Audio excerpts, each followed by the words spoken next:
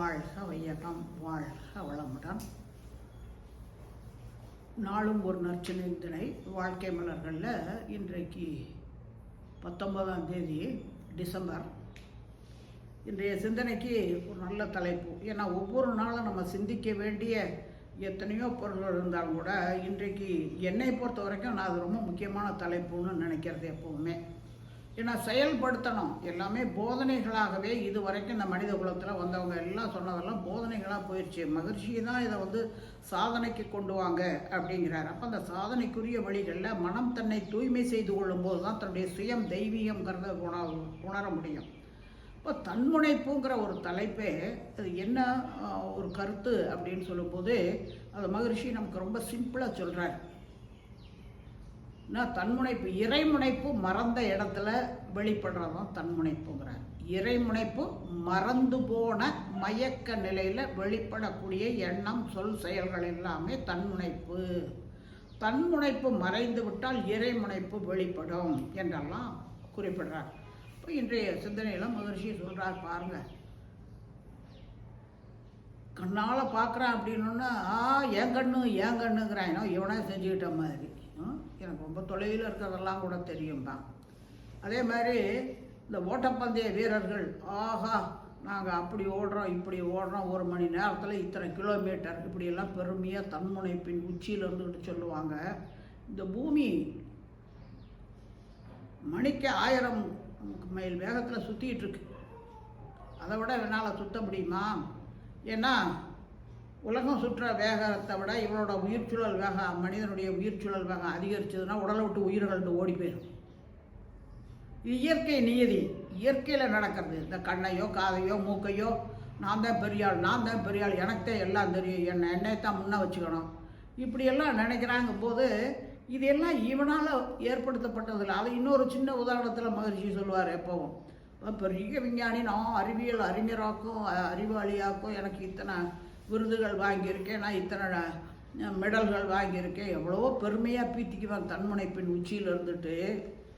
அவன்கிட்ட 2 இட்லியை கையில் கொடுத்து இதை ரத்தமாக்கி காமிடா, நீ பெரிய விஞ்ஞானி தானா முடியுமா? கையில் வச்சுக்கிட்டு தான் இருக்க முடியும், ரத்தமாக்க முடியாது. அது உள்ளே போய் அது இறைப்பையில் ஹைட்ரோக்ளோரிக் அமிலத்தில் கரைக்கப்பட்டு தான் ரசமாக்க முடியும். அந்த கரைக்கிற வேலையும் மனுஷன் செய்யறதில்ல. நமக்குள்ளாக இருக்கக்கூடிய உடலுக்குள் உயிர், உயிருக்குள் அறிவு, அந்த அறிவே தெய்வமாக இருந்து இயக்கி காத்தும் முடித்தும் வைக்கின்றதே என்ற உண்மைகளை ஒவ்வொரு மனிதரும் உணரும் போதே அங்கே தன்முனைப்புக்கு இடமே இருக்காது. அந்த தன்முனைப்பின் அடையாளமாகவும் மகிழ்ச்சி பல கவிகளில் சொல்லியிருக்கார். என்ன அப்படின்னா, நான் அடிச்சுக்கிறேன் அப்படின்னா தான் என்ற அதிகாரப்பற்று, தனது என்ற பொருள் பற்று, மக்கள் பாசம்தான் தன்முனைப்பு. இதை சம்ஸ்கிருதத்தில் ஆணவம் அப்படி சொல்லுவாங்க. ஆணவம் அப்படின்னா ஈகோ, ஆங்கிலத்தில் ஈகோ. அந்த ஆணவம் தான் ஆண் அவம் அப்படிங்கிறதுக்கு ஒரு நல்ல விளக்கம் கொடுக்குறார் மகர்ஷி. ஆண் என்றால் மனிதன், அவம் என்றால் கெட்டு போகிறது. மனிதன் கெட்டு போன இடம்தான் ஆணவம். இப்போ அதுதான் கற்றது கைமண்ணளவு கல்லாதது உலகளவுன்னு சொல்லுவாங்க. எல்லாம் தெரிஞ்சுக்கிட்டோம்னு யாருனாலையும் சொல்லவே முடியாது. ஏன்னா இந்த இறைநிலை தன்னிலையில் மாற்றம் பெற்று அது ஷடப்பொருள்களில் தூங்குகிறது. தாவரங்களில் விழிச்சிருச்சு, இயக்கத்துக்கு வந்தாச்சு. இப்போ மிருகம்னு வரும்போது நடக்கவும் ஆரம்பிச்சாச்சு.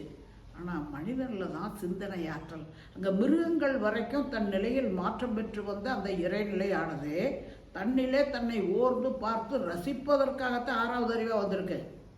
தன்னை அறியணும். ஆனால் அந்த 5 அறிவு விலங்கு நிலை வரைக்கும் பார்த்தோம்னா அந்த மனம்ங்கிற அளவில் உண்டு உயிர்த்து மடிஞ்சு போயிடுறது, அவ்வளோதான். ஆனால் அங்கே நிறைவு இல்லை. எதுக்காக அந்த இறைநிலை எழுச்சி பெற்றதோ அந்த நோக்கம் நிறைவேறலை. அதனால தான் 6வது அறிவு மலர்ச்சி. 6வது அறிவுங்கிறது என்ன? முன் அனுபவம், தற்கால சூழ்நிலை, பிற்கால விளைவு, 3ஐயும் கணிக்கக்கூடியது. அதுதான் யூகித்தல், யூகம் அப்படி சொல்லுவாங்க. அதை மகரிஷி நல்ல வார்த்தையில் அசிம்ஷன், ஆங்கிலத்தில் அனுமானம், அனுமானித்தல், அதுதான் யூகித்தல்பாங்க. அது என்ன அப்படின்னா, ஒரு இடத்துல நின்றுட்டு இப்படி பார்த்துருக்கோம், அங்கேருந்து ஒரு புகை வந்துக்கிட்டே இருக்கு. நிறைய ரொம்ப நேரம் புகை வருது. அடடடடா, அது என்ன புகை வருது? இப்போ புகை வருகிறது என்றால் அந்த இடத்துல நெருப்பு இருக்கிறதுங்கிறது அண்டர்ஸ்டுட். நெருப்பு இல்லாமல் புகையாதுன்னு சொல்லுவோம் இல்லையா? அதுதான் யூகித்தல்ங்கிறது. இந்த 6வது அறிவுக்குரிய ஒரு சிறப்பு. இறைநிலையை எனக்குள்ளும் புறமுமாக இருந்து இயக்கி காத்தும் முடித்தும் வைக்கின்றது என்ற உண்மைகளை உணரும் போது எந்த இடத்துலையும் நான்கிறது வராது. இந்த நான்கிறது வரதே இந்த மனிதர்கள் வேறுபாடுங்கிறதுல நமக்கு 3ஆம் நிலை அகத்தாய்வில் மகிழ்ச்சி ஒரு நல்ல விளக்கம் கொடுத்துருக்காங்க. 16 காரணங்களால் மனிதர்களுக்குள்ளார 7 சம்பத்துக்களில் தான் வித்தியாசங்கள் வருது அப்படிங்கிறது.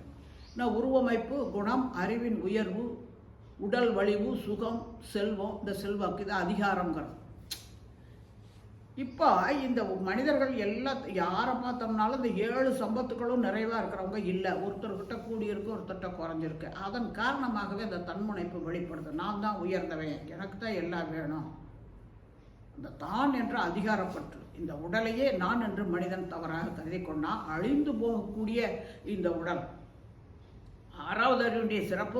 மனிதராக 6வது அறிவிலிருந்து மாமனிதராக உயரணும்னாக்கா இறை இணைப்புக்கு போகணும். அந்த நோக்கத்துக்கு வந்திருக்கக்கூடிய அறிவானது இந்த சின்ன சின்ன விஷயங்கள் இருக்கும்போது, அது பொருள், புகழ், செல்வாக்கு, புலனின்போ இதுகளில் இருக்கும்போது இன்னும் வேணும், இன்னும் வேணும், மேலே வேணும். குறைதான், குறை அறிவு, நிறைய அறிவு இல்லை. இப்போ நாம் நேற்று முந்தின நாள் சிந்தனைகளில் கூட பார்த்தோம். ஏன்னா கடல் தண்ணி ஆவியாகி மேகமாகி மழையாக பொழிஞ்சு இங்கே பூமியில் ஏறு, குளம், கிட்டை, அங்கே இங்கேன்னு எங்கெங்கே எல்லாம் பள்ளத்தில் இருக்கோ அங்கே எல்லாம் தேங்கி நின்றுக்கிட்டு இருந்தாலும் அதுதான் தண்ணி விழுந்துருச்சு இல்லை, அதோட தேமேன்னு இருக்க வேண்டியது. ஏன் முட்டிக்கிட்டே இருக்குதே? தன்னுடைய ஆதியாகிய மூலமாகிய அந்த கடலை நோக்கிய பயணம், அதுதான் ஜேர்னி ஆஃப் கான்சியஸ்னஸ். மனிதனுடைய அறிவின் பயணம் எங்கே?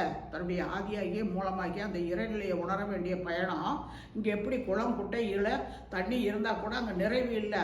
முட்டிக்கிட்டு கடைசியில் எங்கே போய் அமைதியாகுது? கடல் தண்ணியில் போய் அமைதியாகுது. அது போல தான் இவ்வளவு உலகியல் விஷயங்களில் அது இன்னும் ரொம்ப வேடிக்கையாக சொல்லுவார் மகர்ஷி. ஒரு ஊரில் ஒரு ஆள் இருக்காரு அப்படின்னோன்னா அந்த அதிகாரப்பற்று தன்னை முன்ன வச்சுக்கணும். நான் தான் எல்லாருக்கும் நான் சொல்றதான் மற்றவங்க கேட்கணும் அப்படிங்கிற முறையில் மற்றவங்களை மதிக்கக்கூடிய, மற்றவங்களுடைய அறிவுலையும் அந்த தெய்வீகம் இருக்குங்கிறத உணராத நிலையில் சிலர் தன்முனைப்பில் பேசுவாங்க. இந்த ஊரில் இருக்கிறவங்க எல்லாம் நான் சொல்றதான் கேட்கணும், அப்போ அது தலைமை பொறுப்பு வரணுன்றேன். சரி, அது கிடைச்சிருச்சு அப்படின்னா அதோட விடுறான்னா 10 ஊர் சேர்ந்த அந்த அமைப்புக்கு நான் தான் தலைவனாகணும். சரி, அதுக்கும் கிடைச்சி போச்சுன்னா அப்புறம் இந்த நாட்டுக்கே தலைவனாகணும். அது நாட்டோட முடியுதா? இந்த உலகத்துக்கே. சரி, உலகமே உங்கள் கையில் இப்போ அப்படின்னாலும் என்னென்னா இது போல் இன்னும் எத்தனை உலகம் இருக்கோ அத்தனைக்கும் நாங்கள் இப்படியே தான் போயிட்டுருக்கோம். ஏன் அப்படின்னா இறைநிலை வரைக்கும் விரிய வேண்டிய அந்த அறிவை குறுகி வச்சுட்டான். இந்த குறுகி போனதுனால ஏற்பட்ட குழப்பம்தான் தன்முனைப்புங்கிறது. தன்முனைப்புக்கு அடையாளம் என்ன? ஆசை வேணும், அது பேராசையாகி போயிடும். அந்த 6 துர்க்குணங்கள்னு சொல்கிறோமே, பேராசை, சினம், கடும்பற்று, முறையற்ற பால் கவர்ச்சி, உயர்வு, தாழ்வு மனப்பான்மை, வஞ்சம். இந்த 6 துர்க்குணங்கள் யார்கிட்ட இருந்தாலும் சரி, மற்றவங்களை மதிக்க மாட்டாங்க, மற்றவங்க பேசுகிறத கேட்க மாட்டாங்க, மற்றவங்களுடைய அறிவுக்கு அவங்க சொல்கிறது நம்ம உயர்வுக்காக சொல்கிறாங்க, அங்கே இருக்கக்கூடிய தெய்வீகம் சொல்லுது, இதெல்லாம் கேட்கவே மாட்டாங்க. அப்புறம் இன்னும் எனக்கு இது பொருள், புகழ், செல்வாக்கு இதெல்லாம் இன்னும் வேணும், இன்னும் வேணும், மேலே வேணும், மேலே வேணும் ஓடிக்கிட்டே இருப்பாங்க. அப்புறம் என்ன? எனக்கு வேணும், இன்னும் 7 தலைமுறைக்கு வேணும். அதான் மக்கள் பாசம், பொருள் பற்று, மக்கள் பாசம், அதிகாரப்பற்று, இது எல்லாமே தன்முனைப்புடைய அடையாளம் தான். 6 துர்க்குணங்கள், 5 பழிச்செயல்கள். இப்போ மற்றவர்கள் உயரக்கூடாது, மற்றவர்கள் நல்லா இருந்தால் பிடிக்காது, பொறாமையாக நினைப்பாங்க சிலர்.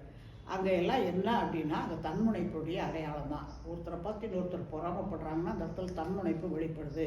இறைமுனைப்பு இருந்தால் எப்படி இருக்குன்னா அவர்களுக்கு கிடைச்சதை அவங்க அனுபவிக்கிறாங்க, எனக்கு கிடைச்சதை நான் அனுபவிக்கிறேன். அந்த நிலைக்கு ஒவ்வொரு மனிதரும் உயர்த்துவதற்கு தான் மனவளக்கலையில் துரியாதீதம்ங்கிற ஒரு தவத்தை மகர்ஷி கொடுக்குறாங்க. அப்போது நாம் மனிதர்களோட ஜீவன்களோட தொடர்பு கொண்டு வாழ்ந்து நம்முடைய வினைகளை கழிச்சா தான் அந்த இறை இணைப்புக்கு போக முடியும்.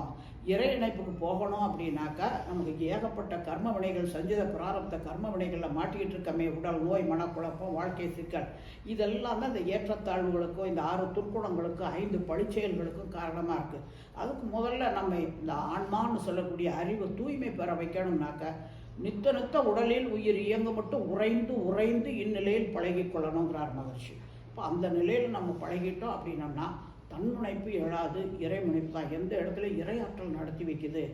ஒரு மருத்துவர்கிட்டே போய் ஒரு வியாதிஸ்தர் குணமாயிட்டாருன்னா, ஐயா நீங்கள் தான் எனக்கு கடவுள் மாதிரி காப்பாது. இல்லைங்க, கடவுளுக்கு என்னை ஒரு கருவியாக்கி உங்களுக்கு உதவி செய்யறதுக்கு வச்சுருக்காரு. எல்லாம் கடவுள் அருள் இருந்ததுனால தான். அந்த கடவுள் அருள்ங்கிறது என்னென்னா, அவரவர் கர்ம வினை பதிவு தான் கடவுள் அருள்ங்கிறது என்ற சிந்தனையை தான் இன்றைக்கி நீங்கள் இறைமுனைப்புக்கு உயர்ந்து போகணும். அப்படின்னா நித்தம் இந்த தவம் குண்டலினி தவத்தை செய்யுங்க. அதோட தவத்தோடு சேர்ந்து தற்சோதனை எப்போ எல்லாம் நமக்கு தன்முனைப்பு வெளிப்படுதுங்கிறத நீங்கள் நீங்களாக சுய பரிசோதனை செஞ்சு ஆராய்ச்சி பண்ணி அதுக்கு நேர் எதிரடியாக நல்வினைகளை உள்ளே போடுறதுக்கான ஒரு வாய்ப்புகளை ஏற்படுத்தி கொள்ளுங்கிறது தான் இன்றைய சிந்தனையில் மகிழ்ச்சி நமக்கு உணர்த்துறார். மேலும் சிந்திப்போம், தெளிவு பெறுவோம். வாழ்க வளம்.